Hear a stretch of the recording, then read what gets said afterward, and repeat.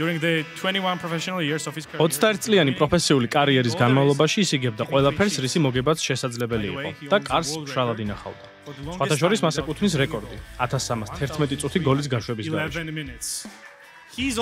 ის ასევე არის ერთადერთი მეკარე, რომელმაც UEFA-ს ჩემპიონთა ლიგა ორ სხვადასხვა გუნდთან ერთად მოიგო. მას სცენაზე შეუერთდება თავდამსხმელი და ყოფილი თანაგუნდელი. ის ჩვენი ფორუმის ნაწილი იყო პირველი დღიდან, რითაც ძალიან ბედნიერები ვართ. ქართველი ლეგენდა, რომელიც უყვართ მისი გოლების გამო დინამო თბილისში, ტრაბზონსპორში, აიაქსში, რეინჯერსში, ალკმაარში, ლევანტესა და ეროვნულ ნაკრებში. მან თავისი კარიერა სანტიაგო ბერნაბეუზე დაასრულა და ამის შემდეგ 5 ტიტული მოიგო როგორც მწვრთნელმა. გთხოვთ მიესალმოთ ლეგენდარული ედვინ ვანდერსარი და ჩვენი საყვარელი შოთა არველაძე. Let's go.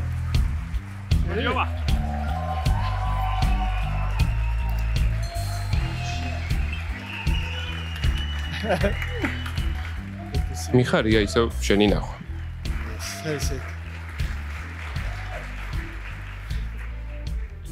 სასიამოვნოა შენი აქ ნახვა. ყველანი ძალიან ბედნიერები ვართ და ეს ალბათ თავადაც დაინახე, როდესაც თბილისის ქუჩებში დადიოდი. დაინახე თუ როგორი მნიშვნელოვანია ჩვენი ქვეყნისთვის შენარი ადამიანის აქ ჩამოსვლა. შენი ამბების, რთული გადაწყვეტილებების, გაჯვარედინებისა და უბრალოდ ლამაზი ისტორიების მოსმენა. დიდი მადლობა კიდევ ერთხელ შოთა, სასიამოვნოა აქ ყოფნა. პირველ რიგში შენი და შენი ძმის აჩის ხილვა, ასევე მამაშენის. სასიამოვნო იყო ის თბილი დახვედრა, რომელიც გუშინ მომიწყვეთ, ძალიან ლამაზ რესტორანში ვიყავით და ჩვენი ამბები გავიხსენეთ. სიამოვნებით გაგიზიარებთ ჩემს ცოდნას და ჩემი გამოცდილებების შესახებ გიამბობთ, რაც კარიერის განმავლობაში მქონდა. ძალიან კარგი. ჩემი პირველი შეკითხვა მე მახსოვს, რომ სტენლი მენზოს ბევრი არ ჰყავდა. ის განსხვავებული მეკარე იყო.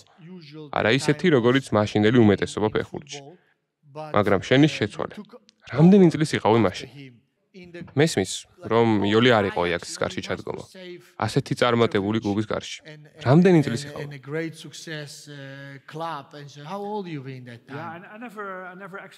მე აიაქსის ახალგაზრდულ აკადემიაში არასდროს ვყოფილ ვარ. 18 წლის ვიყავი და ერთ სამოყვარულო კლუბში ვთამაშობდი ჩემს სოფელში. 18 წლის ვიყავი, როცა ლუი ვან გაალმა შემნიშნა და მაშინ მომეცა შესაძლებლობა აიაქსის მეორე გუნდში მეთამაშა. ერთი წლის შემდეგ კი მესამე მეკარე გავხდი, შემდეგ მეორე და ერთხელ ვითამაშე, როდესაც პირველი მეკარე მენზო დაშავდა.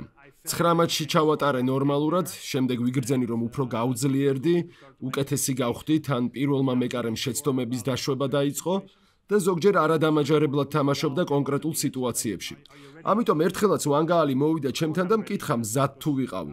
რა თქმა უნდა უპასუხე რომ მზად ვიყავი, იმიტომ რომ მომდევნო მატჩში მონაწილეობა მინდოდა. მაშინ 23 წლის ვიყავი და სასტარტოში დავიმკვიდრე ადგილი. რა თქმა უნდა თავდაპირველად რთული იყო, ვნერვიულობდი, მინდოდა თავი კარგად წარმომეჩინა, რამაც სიტუაცია გაართულა, მაგრამ შემდეგ შევეგუე კარგად გავიცანი მცველები, თამაშის მანერა აიაქსში. ასე რომ 1993 წლიდან უკვე სასტარტოში სისტემატიურად ვიყავი. I had my starting position in the club. Great. And very soon actually I was და მალე მეც მოვედი. ცოტათი დავიგვიანე და ვერ მოვესწარ იმ ბრწყინვალე პერიოდს. შენგანაც გამიგია რომ წელიწადნახევრით 2 წლით გვიან მოვედი. იმ დრომდე, როდესაც ჩემპიონთა ლიგის ფინალი ითამაშეთ. with the Champions League finals. I think what Ajax is famous for is the ფიქრობ აიაქსი ცნობილია თავისი აკადემიით და ახალგაზრდა მოთამაშეებს პირველ გუნდში თამაშის შანსი ეძლებათ. ჩვენ გუნდში იყვნენ ედგარ დავიდსი, კლარენს ზეედორფი, ფრანკ და რონალდ დებურები, მარკ ოვერმარსი, მაგრამ ასევე უფროსი მოთამაშეებიც, ფრანკ რაიკაარდი, რომელიც მილანიდან დაბრუნდა, დენი ბლინდი, ასევე უცხოელი მოთამაშეები ყავდა, იარი ლიტმანენი, ფინი დი ჯორჯი. Yeah, amazing coach, the Louis van Gaal. ასევე ყავდა საოცარი მწვრთნელი ლუი ვან გაალი, რომელიც ისე გაგვიძღვა წინ, როგორც გვჭირდებოდა. ზუსტად იცოდა როგორი ვარჯიშები იყო საჭირო, როგორი ტექნიკა ჰქონდა და ასე შემდეგ. მან მართლაც დიდი გავლენა იქონია ჩვენზე, როგორც მოთამაშეებზე. ჩვენს განვითარდით და შევქმენით გამარჯვების ფორმულა. 1995 წელს, როდესაც ჩემპიონთა ლიგა მოვიგეთ, მილანი დავამარცხეთ 3-ჯერ, 2-ჯერ ჯგუფურ ეტაპზე და 1-ხელ ფინალში. ასე რომ დიახ, ეს საოცარი პერიოდი იყო.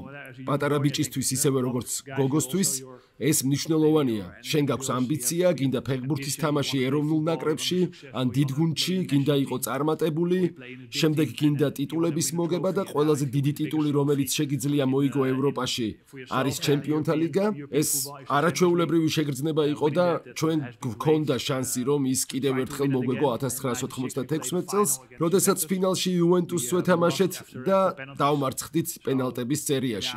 იმ დროს გუნდი უკვე იშლებოდა, ზოგიერთი ფეხბურთელი წავიდა და უკვე იმდენად აღარ იგრძნობოდა გუნდურის სული. ყველაფერი უფრო ინდივიდუალიზმზე იყო დამოკიდებული.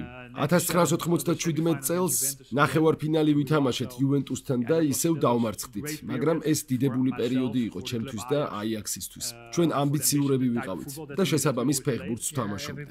ხო, და ყველა ფეხზე იდგა და ტაშკი კრავდათ, რადგან თქვენ აჩვენებდით, როგორ უნდა მოგება, როგორ უნდა გოლის გატანა. ვფიქრობ ასევე 90-იანი წლების შუიდან მეკარისთვის უკან დაგორებული პასის ხელში აღება აღარ შეიძლებოდა. წარსულში მეკარეს შეეძლო ხელში ბურთის აღება, პასის მიცემა და ისევ დაბრუნება. ჩვენ როგორც გუნდი ვცდილობდით გვეთამაშა ფეხბურთი დაცვიდან, მარჯვნიდან და მარცხნიდან დაგვენახა სივრცეები, თუ მარცხნივ არ იყო სივრცე, მარჯვნივ ვეძებდით.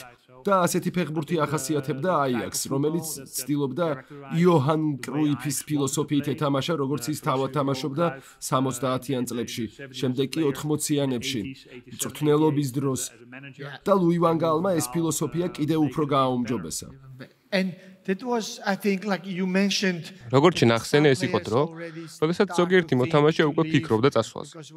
იმიტომ რომ სხვა ლიგებში შესაძლებლობები უჩნდებოდათ და ასევე იყო ბოსმანის საქმე. ის გამოც ბევრ ფეხბურთელს უფრო თავისუფლად შეეძლო წასვლა გუნდიდან, ვიდრე მანამდე.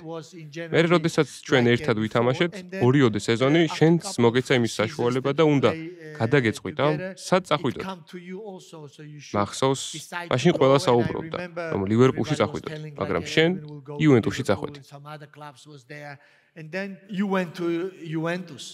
ხო, გარკვეულ მომენტში ყველა მოთამაშეს სურს, რომ უმაღლეს დონეს მიაღწიოს. იქნება ეს საკუთარ ქვეყანაში, საკლუბო თუ სანაკრებო დონეზე. გინდება, რომ ყველაფერი გამოსცადო და ზოგჯერ გინდა, რომ უკეთესი ფეხბურთელების წინააღმდეგ ითამაშო. იგივეა, რაც დღეს დილით პადელის თამაშისაც ხდებოდა. როდესაც უკეთეს მოთამაშეებს ეთამაშები, საკუთარ დონესაც ამაღლებ. ვფიქრობ, გარკვეულ მომენტში ყველა მოთამაშე აიაქსში და ჰოლანდიურ ლიგაში ფიქრობს უკეთეს ლიგაში გადასვლაზე.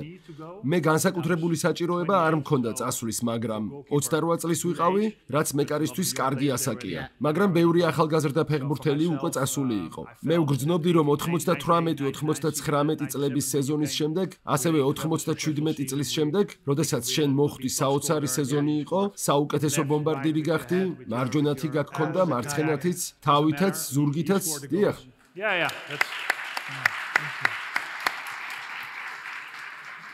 ჩვენ ლიგაც მოვიგეთ და თასიც დუბლი შევასრულეთ. ხო, 5-0 PSV-ს წინააღმდეგ. შენ რამდენი გოლი გაიტანე? მე 1 გავიტანე. სულ ბოლო. იარიმ გაიტანა 3 გოლი. ბაბანგი და მათ შეაგდო. ყველა ლაპარაკობს იმ თამაშზე, როდესაც 5-0 მოვიგეთ. და რა სახელები იყო მეტოქე გუნდში? სტამი, ნილისი, დიდებული არტურ ნიუმანი და ყველა ფანტასტიკური გუნდი იყო. მაგრამ მე ყოველთვის ვამბობ, რომ კი მოვიგეთ 5-0, მაგრამ როდესაც 0-0 იყო, ედვინმა 3-ჯერ გადაგვარჩინა, როდესაც მასთან პირისპირ გავიდნენ ფეხბურთელები. ჯერ 1 მოიგერია, მერე მეორე, მერე მესამე. ამის შემდეგ 5 გოლი გავიტანეთ. ბევრი თამაში იყო ასეთი. შემდეგ შენ იუვენტუსში წახვედი. სრულიად განსხვავებულ კულტურაში, განსხვავებულ ფეხბურთში, სადაც მეკარეს ხშირად უბრუნებენ ბურთს. რა იყო განსხვავებული? ზოგადად ხალხი ფიქრობს, რომ იქ უფრო დაცვითი ფეხბურთია. ალბათ უფრო იოლი მეკარისთვის, ვიდრე იქ, სადაც მანამდე იყავი. რა განსხვავება დაინახე? ხო, მე ვფიქრობ, ჩემი სტილი უფრო ფუნქციონირებს შემტევ ფეხბურთში და მოლაპარაკებები, როდესაც მქონდა იუვენტუსთან, საუბარი იყო სათამაშო ფილოსოფიის შეცვლაზე, რომ უნდა გვეთამაშო უფრო მეტად ჩვენი კარის შორს და არა კატენაჩო, რისთვისაც დაცვა მოედნის შუიდან უნდა დაიწყოს. ეს მშვენივრად ჟღერდა, რადგან ასეთ დროს დიდი სივრცე რჩება მეკარისა და მცველებს შორის. თუ სწორად მახსოვს, მაშინ ანჩელოტი იყო მწვრთნელი. ხო, ანჩელოტი იყო. უკვე საღეჭი რეზინით. ხო, საღეჭი რეზინით დაიწყო და წარბის აწევაც იცოდა, ასე რომ მაშინაც ასეთი იყო. ზოგადად ძალიან მშვიდი ადამიანია. მადრიდში იქნებოდა, ევერტონში თუ სხვა გუნდებში, ყველგან სადაც მწვრთნელად უმუშავია, ყოველთვის მშვიდია და მშვიდად ემზადება თამაშისთვის. მოკლედ 2 წელი გავატარე იუვენტუსში და ვერ მოვერგე ამ გუნდს. ჩემი საფეხბურთო ენა, ჩემი საფეხბურთო მეთოდი იყო დაფუძნებული მენეჯერობაზე. მე არ ვიყავი სწრაფი, არ მქონდა სწრაფი რეფლექსები. ვიყავი მაღალი, რაც მეკარეს საკმაოდ ეხმარება, მაგრამ ჩემი სტილი დამოკიდებული იყო ორგანიზებაზე. თუ სად უნდა დამეყენებინა ჩემი მცველები და უნდა მეთქვა მათთვის, სად იყო ფორვარდი. თუ ჩაწოდება ერთი მხრიდან მოდიოდა, მეორე თვალით ვამჩნევდი თავდამსხმელის პოზიციას, მცველის წინ იდგა თუ უკან. და ერთი ან ორი სიტყვით შემეძლო დავხმარებოდი ჩემს მცველებს, რა პოზიცია დაეკავებინათ. იტალიურის გაკვეთილებზე დავდიოდი, მაგრამ 0.4 წამით მეტი მჭირდებოდა, რომ გონებაში გადამეთარგმნა, შენს უკან არის. ან ფრთხილად. ამასობაში კი ყველაფერი გვიანდებოდა. მაღალი დონის სპორტში სწრაფი რეაქციაა მთავარი. დაუყოვნებელი მოქმედება. მე კი რამდენიმე შეცდომა დაუშვი და ჩემში რწმენა ცოტათი შემცირდა. ზოგჯერ იღებ გადაწყვეტილებებს, რომლებიც არასწორია ან ისე არ ამართლებს, როგორც ფიქრობდი. გუნდში ფანტასტიკური ფეხბურთელები იყვნენ. იტალიური ვისწავლე და დღესაც შემიძლია საუბარი. მიყვარს ეს ქვეყანა, მისი ღვინო, კერძები, ყველაფერი, ხალხი, მაგრამ იქაურ ფეხბურთში არასწორ დროს მოვხვდი. შემდეგ ის მოხდა, რომ მათ ბუფონი შეიძინეს 52 მილიონად, რაც გიჟური თანხაა მეკარისთვის. როდესაც გუნდი ვინმეს 45 მილიონად ყიდულობს, ის პირველი ნომერი ხდება. მივხვდი, რომ უნდა წავსულიყავი და 1-2 ბარსელონაში წასვლის საშუალება მქონდა. იმ დროს ბარსელონაში ლუი იყო. ზოგჯერ მე არ მინდოდა წასვლა, ზოგჯერ ფული არ იყო საკმარისი. მერე პრეზიდენტმა არჩევნები წააგო. საფეხბურთო კარიერა პატარა დეტალებზეა დამოკიდებული. შენი ბრალი არ არის, გარემოებებია. ხო, ყველაფერი მოძრაობს. ერთი მეკარე მიდის, ფული შემოდის, ახალი სპონსორი, ახალი მწვრთნელი. მახსოვს გუს ჰიდინგს ვესაუბრებოდი. 98 წელი იყო და აიაქსში ვიყავი, რა თქმა უნდა. მან მკითხა, რას აპირებ, მთელი ცხოვრება აიაქსში უნდა გაატარო? მე ვუთხარი, რომ არა, წასვლა მინდოდა. იმ დროს ის რეალ მადრიდის მწვრთნელი იყო და მითხრა, ხომ არ გინდა მადრიდში წამოსვლაო? ვუთხარი, რომ რა თქმა უნდა მინდოდა და დაინტერესებული ვიყავი. მან მითხრა, რომ მზად ყოფილიყავი და შემდეგ კვირას დავილაპარაკებდით. თუმცა შემდეგ მომდევნო 4 თამაშის მერე ის მოხსნეს და ამით ჩემი ოცნება დასრულდა.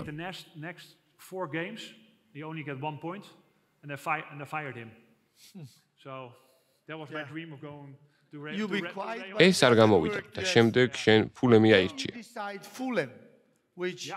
ლიგა მშვენიერი, მაგრამ გუნდი ახალი აღზევებული იყო პრემიერ ლიგაში, რაც არც თუ პატარა რისკთან იყო დაკავშირებული. თან ერთი კვირით ადრე რეალის ვარიანტი ჰქონდა, ასევე დორტმუნდი. თუ არ ვცდები. მერე ისევ ლივერპული. მაგრამ ფულემა დაგირეკა და შენ დათანხმდი. ეს არ იყო დიდი კლუბი, ვანდერს არისთვის. მაგრამ შენ მაინც იქ წახვედი. სექტემბერში ჩვენ მქონდა ძალიან მნიშვნელოვანი სანაკრებო მატჩები და მე ძალიან მიყვარს ჩემი ქვეყნისთვის თამაში. 130 მატჩი ჩავატარე. მითამაშია მსოფლიოს ჩემპიონატებზე. ევროპის ჩემპიონატებზე და მინდოდა რომ იქ ყოფილიყავი. მინდოდა რომ სექტემბერში ის მატჩები მეთამაშა. იმ კლუბებს, რომლებიც შენ ახსენე, მათ შორის ლივერპულსა და დორტმუნდს, უნდოდათ სატრანსფერო ფანჯრის დახურვამდე დალოდება.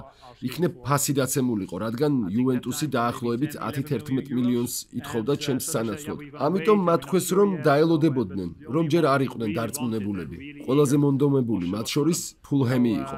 ამიტომ ეს ნაბიჯი გადავდგი და ვიფიქრე რომ 1-2 წელი ვითამაშებდი იქ, შემდეგ კი იქნებ არსენალი ან ჩელსი დაინტერესებულიყვნენ. და შენ წახვედი პრემიერლიგაში, რომელიც ცოტათი განსხვავებულია მეკარისთვის, მაგრამ შენ ამას ფანტასტიკურად გაართვი თავი. ლონდონში სრულიად სხვა ტიპის ფეხბურთი ითამაშე. რა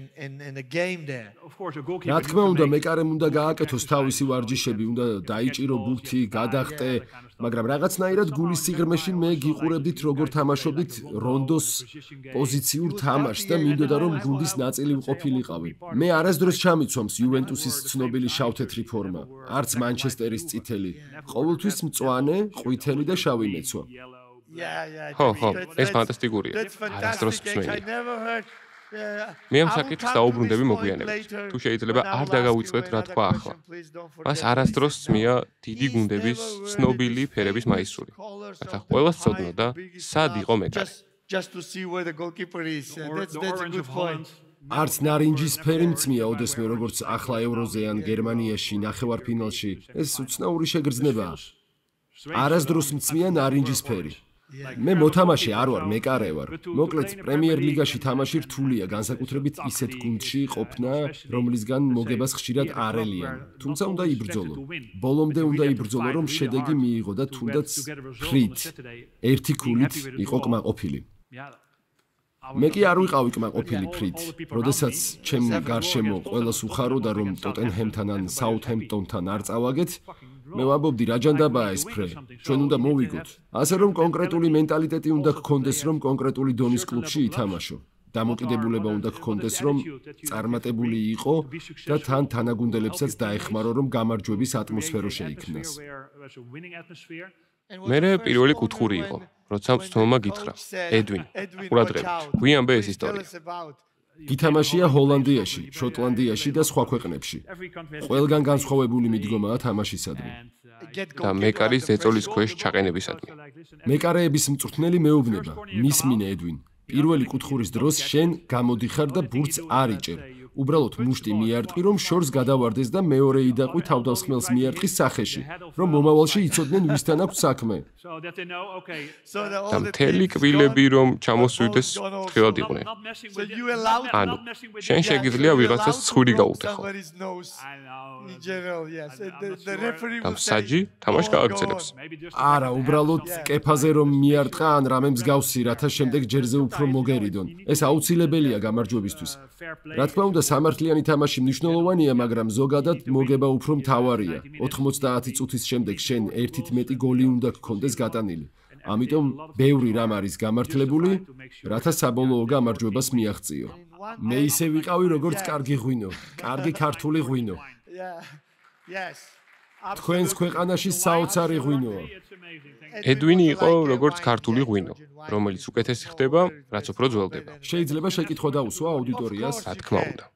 ერთ მართლაც მშვენიერ რესტორანში ვიყავი, გუშინ საღამოს ღვინო დავლიეთ, ყველაფერი ზომიერად, მაგრამ თავიდან სუფრაზე პური და რამდენიმე კერძი იდენ. შემდეგ უფრო მეტი კერძები მოიტანეს და უფრო მეტი პური.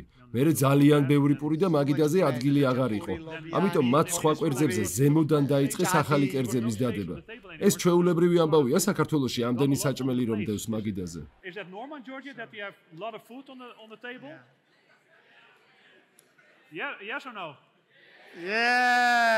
ეს ძალიან გვიყვარს. ძალიან გემრიელი საჭმელი იყო.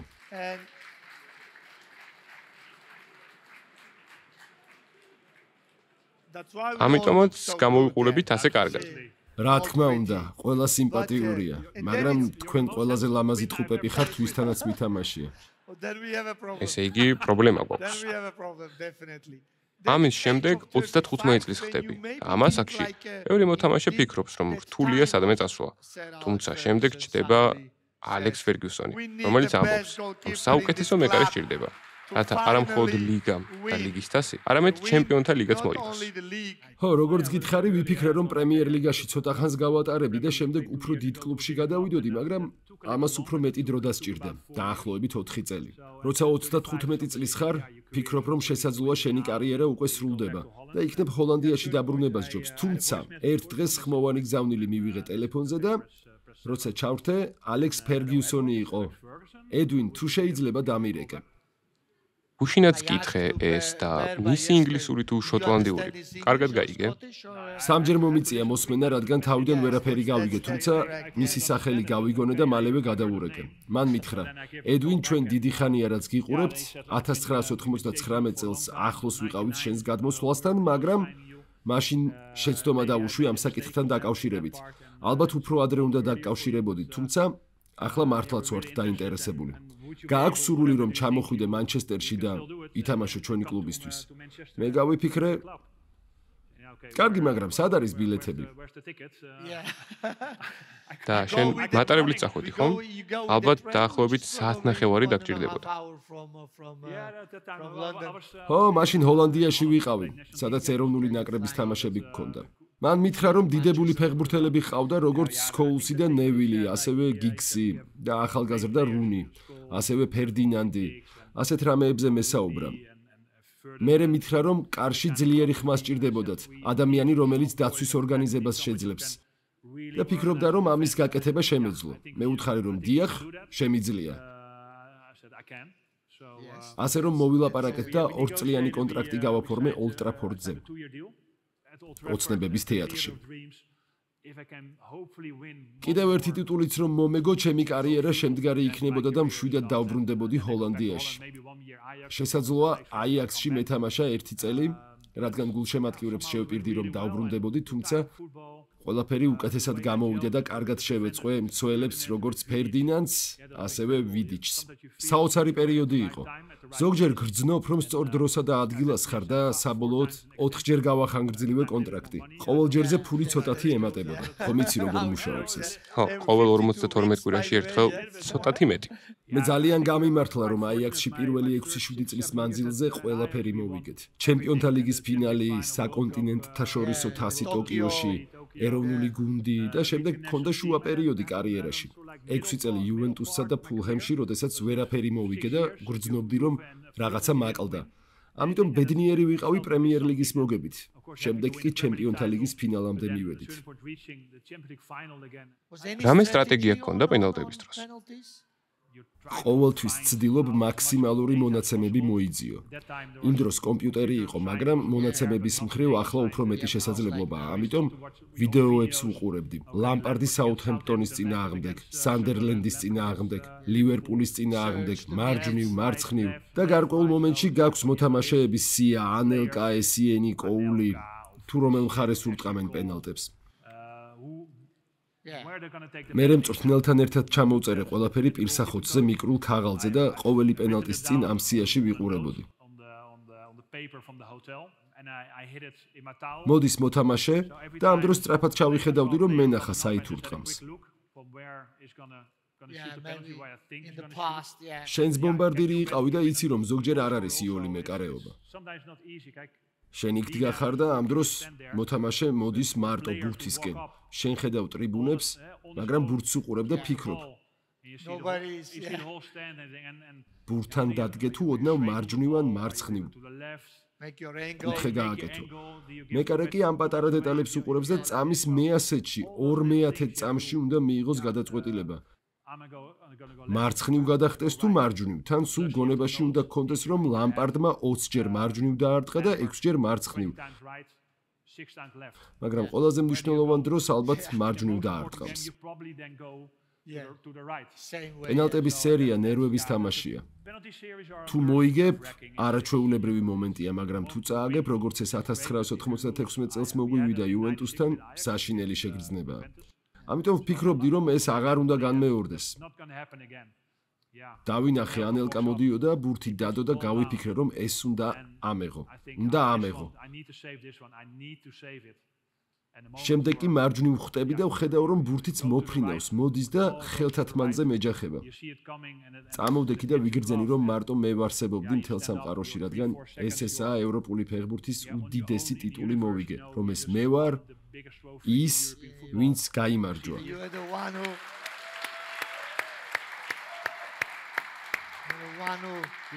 მე 10-ვე ფეხბურთელი ჩემსკენ გამოიქცა, მორბიან და ფერგუსონიც მათთან ერთად, ეს 75 წლის კაცი მორბოდა. მე ვიცოდი, რამდენი წლისაც იყო ის. ყველაზე მოდან დამახტა, რაც მეკარისთვის ჩვეული ამბავი არ არის. ფეხბურთელს გოლი გააქვს და ხშირად ხდება, რომ სხვა ფეხბურთელები 8-9 ფეხბურთელი რა ანგარიშიც არ უნდა იყოს, მაინც გეხვევიან და გილოცავენ. მეკარე კი მე-18 წუთზე ან შესვენების წინ ბურთს იგერიებს და რა თქმა უნდა შეგაქებენ, მაგრამ არავინ გადაგეხვევა, ისე თითქოს კლუბისთვის რაღაც მოიგე. ამიტომ იმ მოგერიებამ ჩემი კარიერა უფრო განსაკუთრებული გახადა, ვიდრე მანამდე იყო. ბარსას ეპოქა, როდესაც პეპი იყო იქ და შესანიშნავი ნახევარდაცვა, მესით, ინიესტათი და ჩავით, რასაც კიდევ ერთი ფინალი მოჰყვა. როდესაც შენ რაღაცას იგებ, იმ მოგებას ჯიბეში იდე. ეს შენ გააკეთე, შენთან არის და ვერავინ წაგართმევს, მაგრამ ფინალის წაგება მაინც მტკივნეულია და შემდეგ თავს საშინლად გრძნობ. არც შვებულება გინდა, მაგრამ იცი რომ მომდევნო სეზონი დაიწყება, ამიტომ უნდა გამოხვიდე ამ მდგომარეობიდან, უნდა ისიამოვნო ცხოვრებით. შენი ოჯახი მხარს გიჭერს, თუმცა მარცხი მაინც გირთულებს ცხოვრებას და ხელს გიშლის, რომ სიამოვნება მიიღო. შენ ასევე საუბრობდი დიდ კლუბებზე და პიროვნებებზე, როგორებიც არიან ლუი ვან გაალი და ალექს ფერგუსონი. ფიქრობ ეს ორი ადამიანი ერთმანეთისგან განსხვავდება. ვან გაალი უფრო მწვრთნელია და ფერგუსონი უფრო მენეჯერი. იმ დროს მწვრთნელები იყვნენ. მე და შენ ცოტა ხნის წინ ვსაუბრობდით, რამდენი ასისტენტი ჰყავს ახლა მწვრთნელს. ჩემ დროს აიაქსში ჩვენ მხოლოდ 3 ადამიანი ვყავდა. ვან გაალი ძალიან ცდილობდა, რომ უკეთესი გამხდარიყავით. გვასწავლიდა, რომელი ფეხით უნდა დაგვერტყა, როგორი რბილი უნდა ყოფილიყო შეხება ბურთთან, როდესაც პასს აძლევდი, მარცხენა ან მარჯვენა ფეხით, როგორი იყო ტაქტიკა და მას ყავდა ახალგაზრდა ჯგუფი. ყველანი როგორც ამბობენ, მისი ხელიდან ვიკვებებოდით. ყველა ინფორმაციას, რომელსაც ის გვაძლევდა, ვიღებდით და უკეთესები ვხდებოდით. რაც შეეხება ფერგუსონს, ის უფრო ხნიერი და გამოცდილი იყო. მთელი კლუბი ჰყავდა შემოკრებილი თავის გარშემო.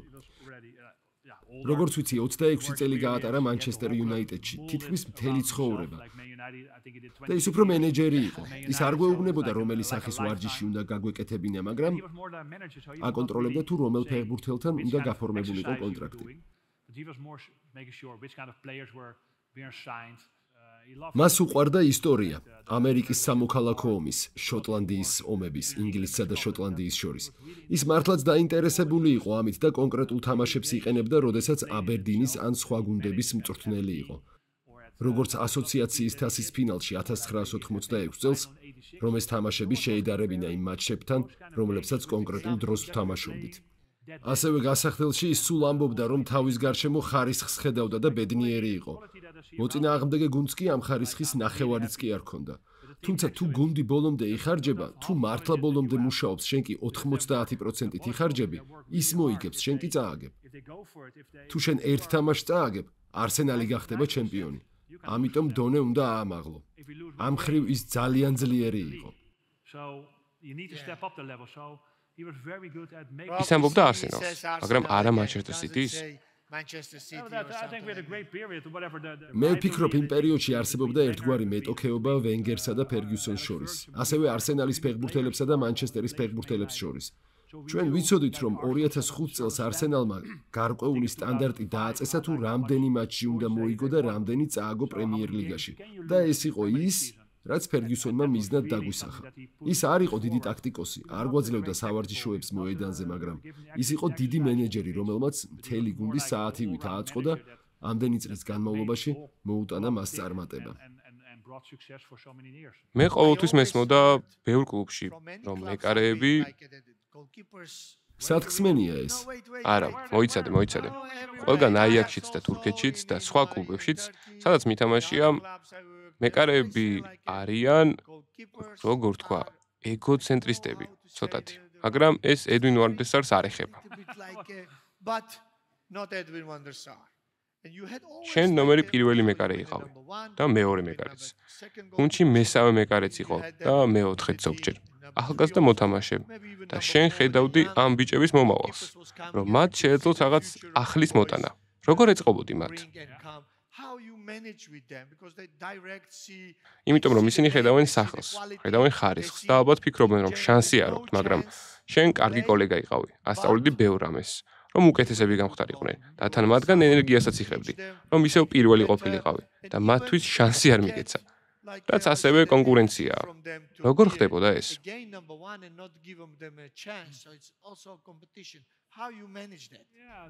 როდესაც ახალგაზრდა ხარ, რა თქმა უნდა, უყურებ პირველ ნომერს, როგორ იქცევა, როგორ ვარჯიშობ და ცდილობ, რომ მას მიბაძო და ამბობ: "ეი, მე მინდა ვიყო საკუთარი თავის მაგალითი." რა თქმა უნდა, ყველასგან სწავლობ ცხოვრებაში, მშობლებისგან, მეგობრებისგან, პირველი მასწავლებლისგან, მწვრთნელისგან და მაშინაც კი, როდესაც პირველი მეკარე ვიყავი, უკვე ასაკში იყვნენ ახალგაზრდა მეკარეები, რომლებიც ჩემს პოზიციას უმიზნებდნენ და ეს ნორმალურია. იმიტომ რომ ყველას სურს 9 ნომრად ან მეკარედ თამაში, მაგრამ მეკარე მხოლოდ ერთია და ის ერთი გადის მოედანზე სამშაბათს ან შაბათს საღამოს. რა თქმა უნდა, შენ აზიარებ ინფორმაციას, ეხმარები მათ, მაგრამ მე თავად არ გავიწევი, მათ უნდა გამწიონ. როდესაც მე ერთხელ გავიწიე, ეს ბუფონის გამო მოხდა, რომელიც 54 მილიონად იყიდეს. ამიტომ გავიწიე და ამას შევეგუე, მაგრამ თუ შენ ნომერი პირველი ხარ, გინდა რომ ამ პოზიციას ბოლომდე ჩაეჭიდო და თუ ახალგაზრდა მეკარეებს სურთ რომ ეს პოზიცია წაგართვან, ეს ნორმალურია. ჩვენ ცივილიზებული ხერხებით ვიბრძვით. ამიტომ მე მუდამ მზადყოფნაში ვიყავი. ადრე ვიძინებდი, რა თქმა უნდა, 1-2 დალევაც მიყვარდა. მე ვიცი რომ შენც გიყვარდა. როდესაც ამსტერდამში იყავი და ერთად წავსულ ვართ მსუბუქად დასალევად, მაგრამ ზოგადად ყველაფერს ვაკეთებდი, რომ ჩემი კარიერა გამეგრძელებინა და ზოგიერთი მეკარე გაღიზიანებული იყო, რადგან მე ისევ მაღალ დონეს ვინარჩუნებდი და გარკვეულ მომენტში ისინი უმნიშვნელო მატჩებში თამაშობდნენ. მაგრამ მნიშვნელოვანი მატჩი რომ იყო, ფერგიუსონი ყოველთვის მე მირჩევდა, რაც მათ დიდ შანსს არ უტოვებდა. ასე რომ დიახ, რთულია мотиваციის შენარჩუნება, მაგრამ იმედი მაქვს, რომ მეც მივეცი მათ რაღაცა. ბენ ფოსტერმა თქვა ერთხელ თავისი კარიერის ბოლოს, რომ მასაც სურდა თამაში მაქსიმალურად ხშირად, მაგრამ როდესაც შენ მზად ხარ და დიდ გუნდში ხარ, გულშემატკივრებს უყვარ ხარ და ცოლიც მხარს გიჭერს. ტრადიციულად საქართველოში 80-იან წლების დასაწყისში 60-იანებშიც ყავდა დიდებული მეკარეები და როდესაც მე დავიწყე თამაში, პატარა ჩავარდნა იყო. იმ საბჭოთა დროსა და ახალ დამოუკიდებელ ეპოქას შორის, ქართულ ფეხბურთში. ახლა კი ჩვენ ყავს ბიჭი, რომელიც ყველა ჩვენგანს ძალიან უყვარს, გიორგი მამარდაშვილი. მან საოცარი მოგერიებები გვაჩვენა. პირველი პენალტი მოიგერია ისტორიულ მატჩში, როდესაც საბერძნეთს ვეთამაშეთ და მთელ მსოფლიოს გაუგზავნა მესიჯი, რომ ჩვენ გერმანიაში ვიქნებოდით. ის ყველაფერს გააკეთებდა ამისთვის. ახლა კი ლივერპულთან გააფორმა კონტრაქტი. მომავალი სეზონიდან მათ შეუერთდება. ის 23-24 წლისაა. ეს კარგი პერიოდია და მე ვფიქრობ, საინტერესო იქნებოდა შენგან იმის მოსმენა, თუ რას ფიქრობ, რა აზრის ხარ ამ ბიჭზე. ხო, ეს სასაცილო ან საერთოდ არ არის სასაცილო. შენ თქვი რომ ლივერპულმა გააფორმა მასთან კონტრაქტი და მახსოვს 3 თუ 4 წლის წინ ჩვენც ვეძებდით ახალ მეკარეს და ის ერთ-ერთი იყო, ვისაც ვაკვირდებოდით. სია გქონდა და რა თქმა უნდა, როგორც გენერალურ დირექტორს და ყოფილ მეკარეს, მეც მაჩვენეს 1-2 კლიპი ამ ბიჭის. ის საოცარი იყო უკვე ამ ასაკში და მგონი სწორედ მაშინ გააფორმა ახალი კონტრაქტი ვალენსიასთან და ჩვენთვის ალბათ უკვე რთული იყო მისი გადმობირება, რადგან ჩვენ მოგწონს ახალგაზრდა მოთამაშეები, მაგრამ არ გვიყვარს მათში ბევრი ფულის გადახდა. ალბათ შეცდომა დავუშვით. ალბათ უფრო მეტად უნდა მოგვენდომებინა მისი გადმოყვანა და საშუალების მიცემა, რომ ჩვენთან გაეფორმებინა კონტრაქტი.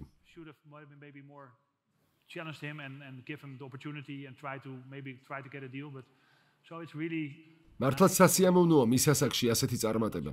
მე არ ვიცი რას იზამს ალისონი, მე ძალიან მომწონს ის, თუმცა გიორგისთვის ეს დიდი ნაბიჯია.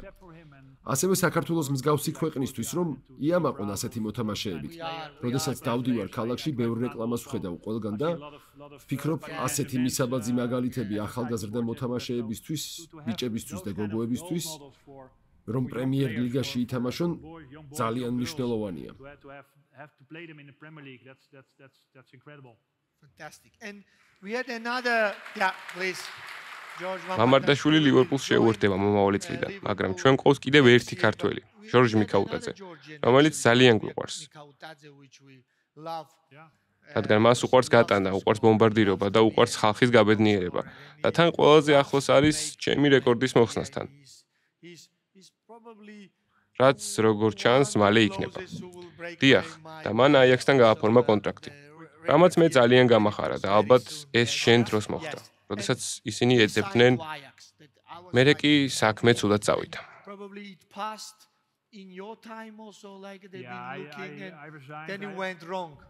მე კარიერა 40 წლის ასაკში იუნაიტედში დავასრულე 2011 წელს. და 2012 წელს აიაქსში მარკეტინგის დირექტორი გავხდი. 2 წლის შემდეგ მთავარი აღმასრულებელი ვიყავი და 2023 წლის მაისში გადავდექი. საფეხბურთო გუნდში გადაწყვეტილება სწრაფად არ მიიღება. მას აკვირდებოდნენ იანვარში, თებერვალში, მარტში. მოკლედ, მე ვნახე მისი სახელი, ვნახე ვიდეოები, მაგრამ მე მასთან კონტრაქტი არ გამიფორმებია. მგონია, რომ ჩემი წასვლით გამოწვეული არეულობა, ახალი მენეჯერი, ტექნიკური დირექტორი და ალბათ მისთვის სწორი პოზიციის ვერ შერჩევა გახდა მიზეზი.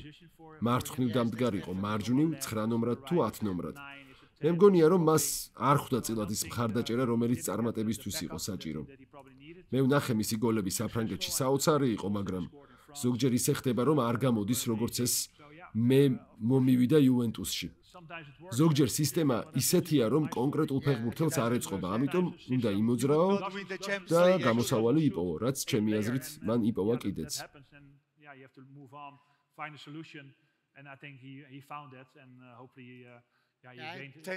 მადლობა გიორგის. ის მოძრაობს, მას გააქვს გოლები ჩვენთვის და მეცაც გაიტანს. რამდენი გოლი გაქვს შენ გატანილი? მე გავიტანე 26 და მან უკვე 20 გაიტანა. ყოველ ჯერზე მე სულ ასე ვარ. რამდენი წლისაა? ძალიან ახალგაზრდაა. ასაკი არ არის მნიშვნელოვანი. მას უკვე 20 აქვს გატანილი. მე ვნახე შენი თამაში. შოთა, მე ვნახე შენი თამაში 3 თვის წინ ლეგენდების მატჩში. ხო, მაგრამ ამ გოლებს აღარ ითვლიან. გასულ კვირას გავიტანე. 2 თვის წინ გავიტანე. აიაქსში რეალ მადრიდთან, გლაზგოში გავიტანე. მე სტატისტიკაში ვიყურები და ისე 26 გოლი მაქვს. როგორ? შანსი არ არის. აღარ ითვლიან ჩემს გოლებს. როდესაც შენ გახდი დიდი კლუბის, აიაქსის გენერალური დირექტორი, ალბათ თქვი, რომ აიაქსის მსგავსი კლუბები ვეღარასდროს მოიგებდნენ ჩემპიონთა ლიგას. 75 მილიონიანი ბიუჯეტით. არ ვიცი. შეიძლება ახლა მეტია, იმიტომ რომ ეჯიბრებით კლუბებს, რომლებსაც უსაზღვრო ბიუჯეტი აქვთ. 700 მილიონი ან მეტი. ბევრი ნულით. მაგრამ შემდეგ იყო ის შესანიშნავი სეზონი ჩემპიონთა ლიგაში, როდესაც რეალ მადრიდი დაამარცხეთ ბერნაბეუზე. დიდებული მატჩები ჩაატარეთ ტოტენჰემთანაც. ახლა ისევ იმავეს ვფიქრობ. თქვენ ხომ სულ რაღაც ნახევარი ნაბიჯი გაშორებდათ იმ წარმატებამდე, რომელიც შენ როგორც ამბობდი, ალბათ აღარ მოვიდოდა.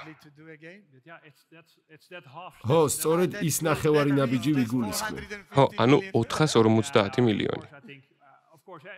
რა თქმა უნდა, ფეხბურთი ყოველთვის 11-11-ზეა, მაგრამ უმეტეს შემთხვევაში, თუ უკეთესი ფეხბურთელები და გამოცდილი მოთამაშეები ყავს, რომლებიც ერთად თამაშობენ, არის მეტი შანსი, რომ მოიგებ, ვიდრე როდესაც ყავს გუნდი სულ ახალგაზრდა ფეხბურთელებით. იგივე იყო ჩემ დროს. 1995 წელს, როდესაც ახალგაზრდებთან ერთად იყვნენ უფრო გამოცდილი მოთამაშეები. აქაც ეს შემთხვევა იყო. ყავდა მატიას დე ლიხტი, დე იონგი, ზიეჩი, დუშან ტადიჩი, დელი ბლინდი და ამასთანავე საოცარი მენეჯერი ერიკ ტენ ჰაგი და მარკ ოვერმარსი როგორც სპორტული დირექტორი. ასე რომ საჭირო ამ კომბინაციის პოვნა და ჩვენ ეს გვქონდა 1 ან 2 წლის განმავლობაში. საბოლოოდ კი იმ 5 წამმა გადაწყვიტა ჩვენი ფინალში გასვლის ბედი. იქ ჩვენ შევხვდებოდით ლივერპულს და ეს იქნებოდა საოცარი მიღწევა. 2017 წელს ვითამაშეთ ევროპა ლიგის ფინალი მანჩესტერის წინააღმდეგ და წავაგეთ. პატარა ნაბიჯი დაგვაკლდა. ალბათ საჭიროა უფრო გამოცდილი გუნდი, რომელიც ადრე ყავდა. და რომელმაც ფინალები მოიგო, რომელიც უმკლავდება სირთულეებს, როდესაც ეს საჭიროა, თუმცა ჩვენ ვისი ამოვნეთ ამ პერიოდით. ძალიან ვამაყობთ, რომ ჩვენი აკადემიის ამდენი ფეხბურთელი წავიდა დიდ გუნდებში და გამოდის, რომ ასეთია აიაქსის ბედი. ჩვენ პატარა ლიგაში ვთამაშობთ და სატელევიზიო ჩვენებებიდან შემოსავალი აიაქსს თუ არ ვწდები 14 მილიონი აქვს, რაც საქართველოსთვის შესაძლოა დიდი ფულია, მაგრამ ინგლისში მე-20 ადგილზე მყოფი გუნდი 144 მილიონს იღებს. ასეთ პირობებში ვიბრძვით. რა თქმა უნდა, ფულს ყოველთვის არ გააქვს გოლები, მაგრამ მას დიდი მნიშვნელობა აქვს. თუ ფული გაქვს, უფრო მეტი შანსია, რომ გოლები გაიტანო.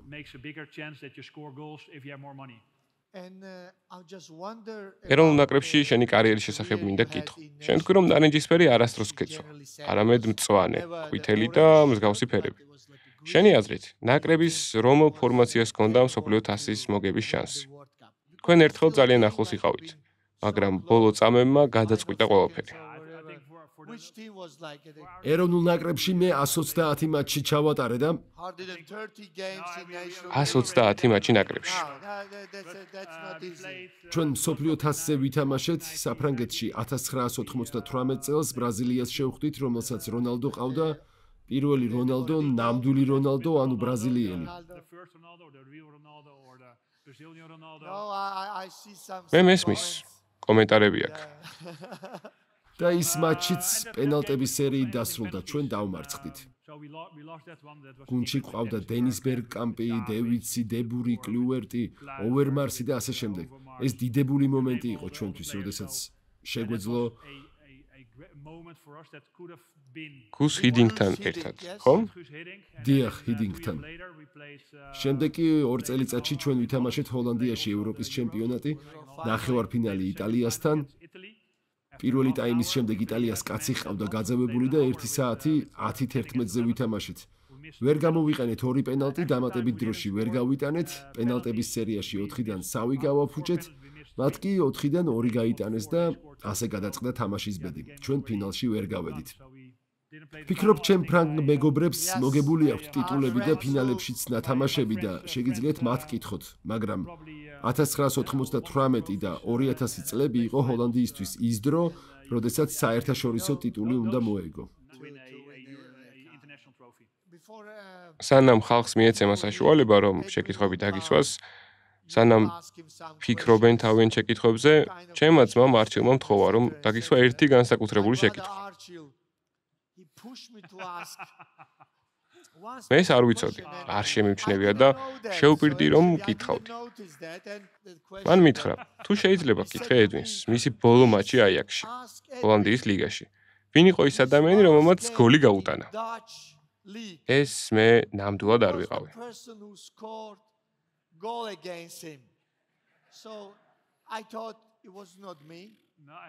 ხო, მაგრამ შენ გავდა ძალიან. ახლა მესმის, რატომ თხოვა ამ შეკითხვის დასმა.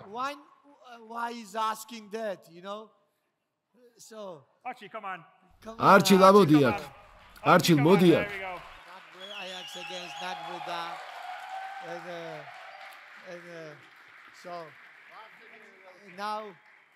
ახლა ჩვენ გვაქვს პასუხი. არჩილ, მოდი, აქ დაჯექი. უფრო ახლო გარემოცვაშიც ყოფილ ხართ. დიდი მადლობა კიდევ ერთხელ საქართველოში ჩამოსვლისთვის. ძალიან ბედნიერი ვარ აქ რომ გხედავ. მე ყოველთვის ვამბობ, რომ საუკეთესო გოლი, რომელიც გამიტანია და იყო საუკეთესო მეკარისთვის, რომლის წინააღმდეგაც მითამაშია, ეს იყო ჩემი ბოლო თამაში ბრედაში. ედვინის ბოლო თამაში აიაქსში. მადლობა. დიდი მადლობა. ჩვენ დასასრულს მივუახლოვდით და ჩვენ გვაქვს 3 შეკითხვა დარბაზიდან და მზად ვართ, რა თქმა უნდა, რომ მოვისმინოთ.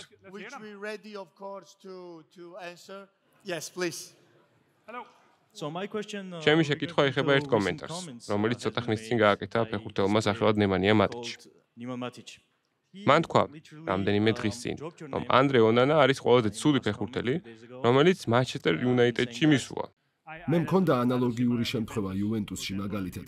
შენ შეცდომებს უშვებ, ზოგჯერ წინ მიიწევ, მაგრამ მე ვთვლი, რომ ანდრე რომელიც აიაქსში ნანახი მყავს 4 თუ 5 წლის განმავლობაში, არაჩვეულებრივი მეკარე იყო და დარწმუნებული ვარ, რომ ის გაიზრდება და გახდება ერთ-ერთი საუკეთესო მეკარე მსოფლიოში. რა თქმა უნდა, მას სჭირდება იღბალი, თავდაჯერებულობა.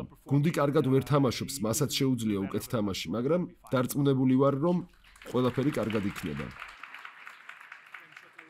მეორე შეკითხვა თუ შეიძლება.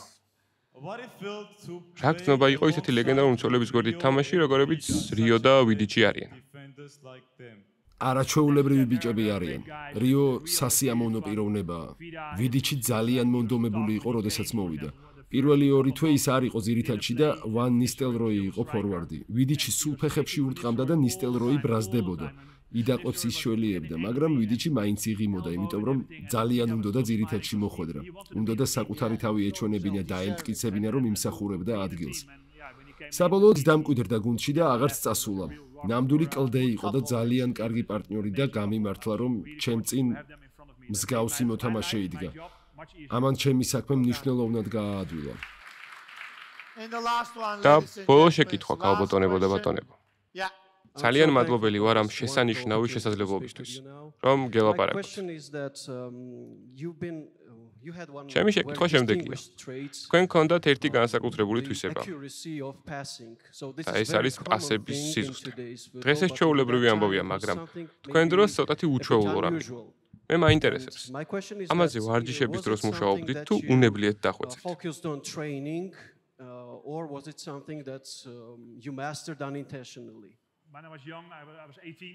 როდესაც ახალგაზრდა ვიყავი, 18 წლის და პირველად მივედი პროფესიონალურ გუნდში, მანამდე არასდროს გამივლია ნორმალური წვრთნა ფეხბურთში. ბევრს მუშაობდი, რომ ბურთთან კარგი შეხება გამომემუშავებინა. მახსოვს პოზიციურ თამაშში ვარჯიშობდით, როდესაც ბურთი მივიღე და ის კიდევ ცოტათი გაგორდა ჩემს უკანან წინ.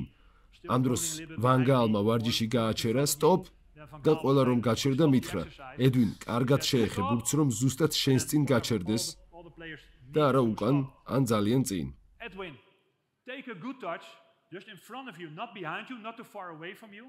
ამ დროს შეიძლება ზოგიერთმა იფიქროს, რომ მწვრთნელმა ამოიჩემა, მაგრამ მე ვიფიქრე, რომ არ მინდოდა ჩემს გამო ვარჯიში შეჩერებულიყო, ამიტომ ყველაფერს ვაკეთებდი, რომ ჩემი ტექნიკა გაუმჯობესებულიყო. ამიტომ ვარჯიშის შემდეგ კიდევ ვარჯიშობდი მარცხენა ფეხით, ასევე მარჯვენა ფეხით, შემდეგ კი პასებში გქონდა ვარჯიშები ლუისთან ერთად. ამან დიდი ხანი წაიღო, მაგრამ გარკვეულ მომენტში უკეთესი ხდები, მარცხენა ფეხით თამაშითაც. თუ დღევანდელ მეკარეებს შევხედავთ, თითქმის ყველა მათგანი 100%-ით კარგად თამაშობს მარჯვენა და მარცხენა ფეხით. მე ამის სწავლა მომიწია, როდესაც 23 წლის ვიყავი და ეს უფრო რთულია, ვიდრე როდესაც 7 წლის ხარ და უკვე ორივე ფეხით კარგად თამაშობ. თუმცა მე ამას მივაღწიე და იმედი მაქვს, რომ მაგალითი გავხდი ბევრი მეკარისთვის და ეს ძალიან სასიამოვნო შეგრძნებაა, რა თქმა უნდა.